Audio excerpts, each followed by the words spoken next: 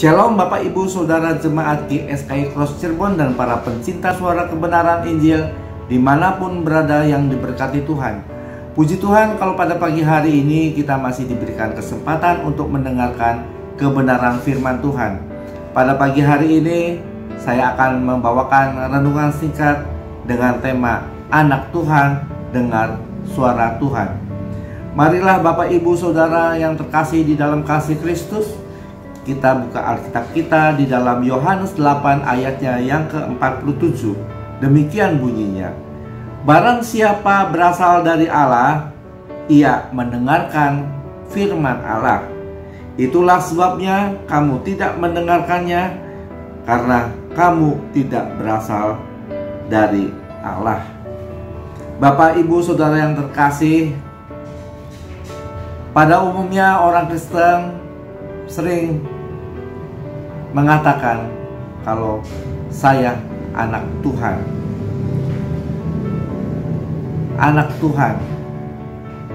Nah, yang dinamakan anak Tuhan, orang-orang Kristen tentunya pergi ke gereja, suka berdoa dan membaca Alkitab, saudaraku. Namun apa yang dilakukan orang-orang Kristen ini adalah menjadi satu rutinitas, bukan menjadi kebutuhan, saudaraku. Memang pergi ke gereja sepertinya menjadi anak-anak Tuhan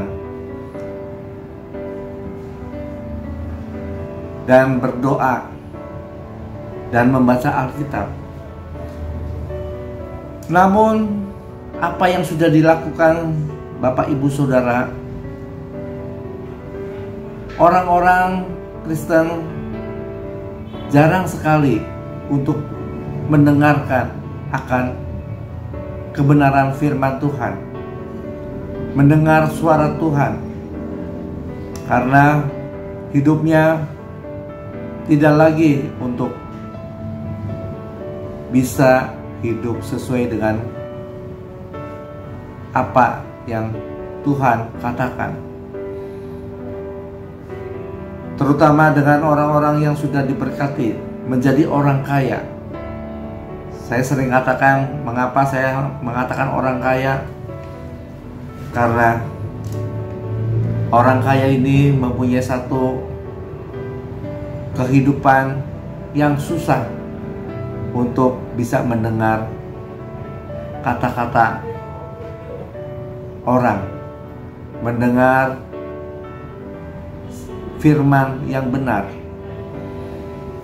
karena merasa dirinya sudah bisa mengatur dirinya dan merasa hidup di dunia ini tidak ada yang kurang di dalam hidupnya, saudaraku. Sebagai orang Kristen yang sudah memiliki kekayaan, dia berpikir kalau hari ini dia bisa memberikan persembahan bagi gereja, sudah memberikan kolekte perpuluhan, itu menjadi satu tanggung jawab. Menurut dia adalah tanggung jawab sebagai orang Kristen, bertanggung jawab terhadap Tuhan. Bapak Ibu Saudara yang terkasih, sering sekali orang-orang Kristen hanya memandang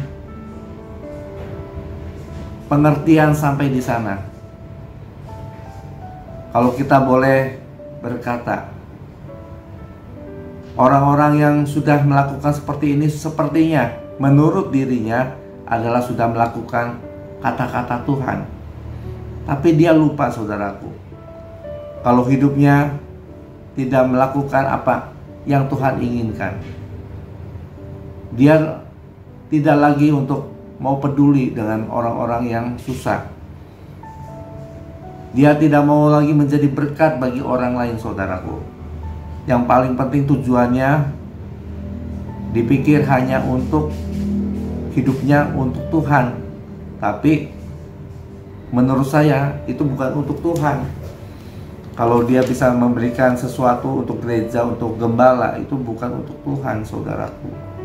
Dia hanya supaya bisa diakui bahwa dia menjadi orang Kristen yang sudah baik, yang sudah taat, tapi yang sebenarnya hidupnya jauh daripada kebenaran. Harusnya orang-orang Kristen juga bisa melakukan apa yang Tuhan lakukan. Tuhan Yesus ketika hidup di dunia, dia melayani orang-orang yang susah, bukan orang-orang yang kaya, saudaraku.